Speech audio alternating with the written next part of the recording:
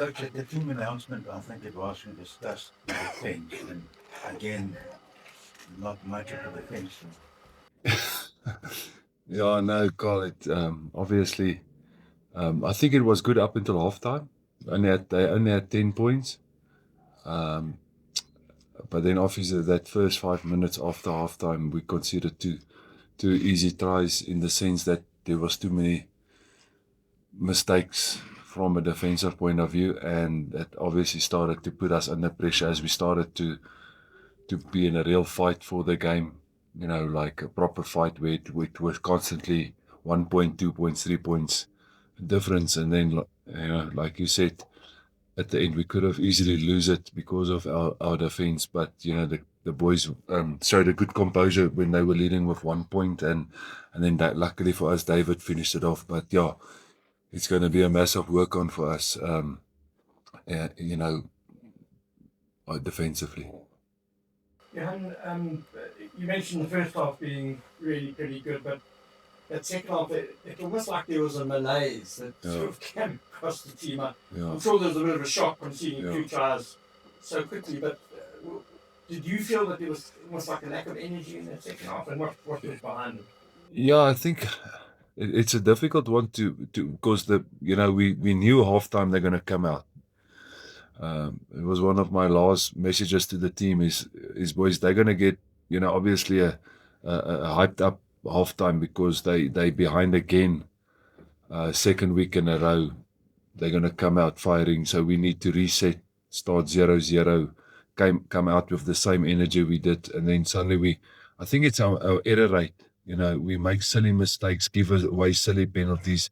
That's changed the momentum. One or two decisions where we should have kicked, we passed. So I think we started to just lose the momentum, and then that saps your energy. But saying that, there's a lot of players that Harold got through almost 70 plus minutes, and he hasn't trained with us for more than a week. Nicholas Jansen van Rensburg had to fight through 80 minutes. So there's a lot of players that needs match fitness, and hopefully that will get better as we get further, more match fitness. And it's not their fault. It's the reality that some players only returning from injury, and then obviously we had to deal with a few changes. Marcel's injury was also a bit of a loss, just that leadership.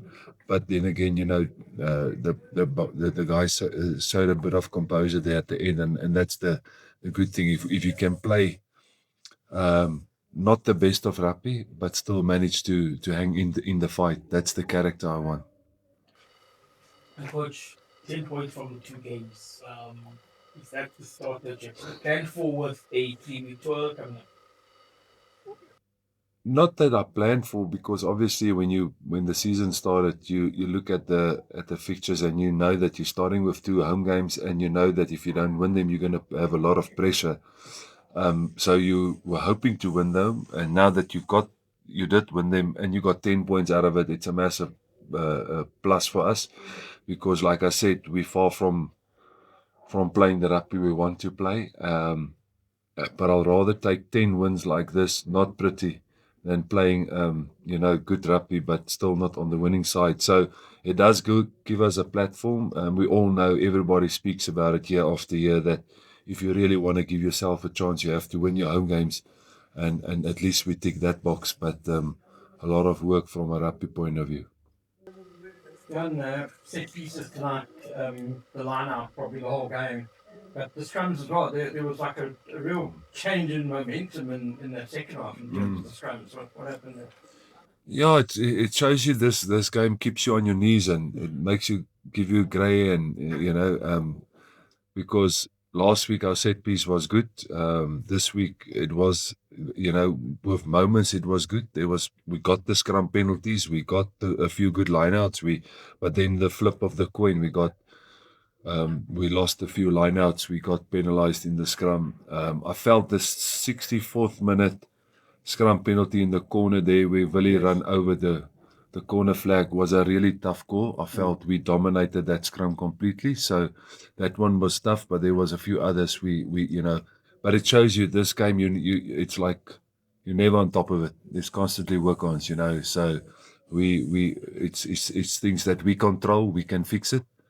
So we just need to go back and fix it. Marcus, the return of the Springboks must excite you, but that extends your learning curve at the Bulldogs. How excited are you for the next 2 or 3 introducing those guys back to the squad? Yeah, it's a mixed bag because one, you're excited and it's a privilege to work with that quality of players. But now, it almost that stuff we talk about now, that team building kind of process starts all over again now, as we introduce these guys, it's always tough when you come from a level like that. And now you have to slot into a new system and with players. But luckily, they've been part of the team for a while now. So hopefully that will be easy. And it's just basically, like you said, it's a learning for me to learn every player now, their character, what they bring to the team and etc. But I'm excited to see them slowly but surely integrating for a small bit. And then they obviously go back to the box. Now, how do you balance their need to integrate versus what you are starting to build? Yeah. As that 3-week tour often unwinds or starts at home. Yeah, again, we've got individuals plan in place. Injuries already forced 1 or 2 changes now, but hopefully we will integrate them, and it's a question of them now that we have to trust, that they will slot in and they will find it how can I say, a place where they will excel and enjoy, and the transition, make it, hopefully they'll find it easy, because it is obviously just information, and it's a bit more difficult probably for Andre. He's the newest. The other guys has played with the team. That's probably biggest challenge for him to slot in for his first games if we want to use him. So yeah.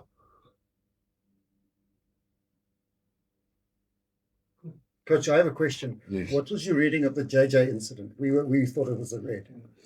Yeah, it's a difficult one. I'm always nervous when you watch it incident and we all on the letter of the law then suddenly want to read, but I think there's so small margins in everything. There's guys stepping, there's guys dropping, there's guys running at full speed, and then he has to adjust his height and so on. So we looked at it and we thought it's going to be at least a card, and it was a card, and that's it. So it's up for the people that make the decisions. I'm probably because I lost the final with a red card, and I've lost games in the UK with red cards, where you look afterwards and you say, could the player really adjust in that split second? So I'm a bit lenient for guys so that you don't just give a red card for the sake of it because the letter of the law say it. If it is malicious and it is blatant, then obviously it makes it easier. But yeah, I'm glad that we didn't have to sit here and say we won only because there was a red card. Just on that, where do you stand with the Philip red card? No, I like it. Yeah. I feel it if in a rugby incident it's fair. Again, like we said, I run towards you. I think you're going to go to my outside. You step from your left foot back into me, and before I can adjust my height, I hit you on the head. I get a red card. I can't pre-plan it. I can't plan that you're going to step back and I hit you with the head. Then I'm a very good planner, So for that, I feel I'm already paying a price for the team to play without for 20 minutes, and I can't return, and I'm probably going to get a hearing, and I'm going to get a 3-week suspension. So I'm getting punished probably 3-4 times. So I feel it's more than fair.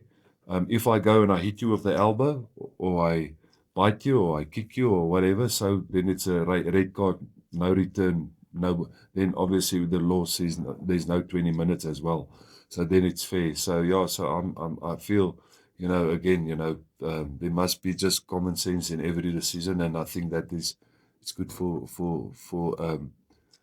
the team to get punished if the guy is out of the law, no tip or whatever.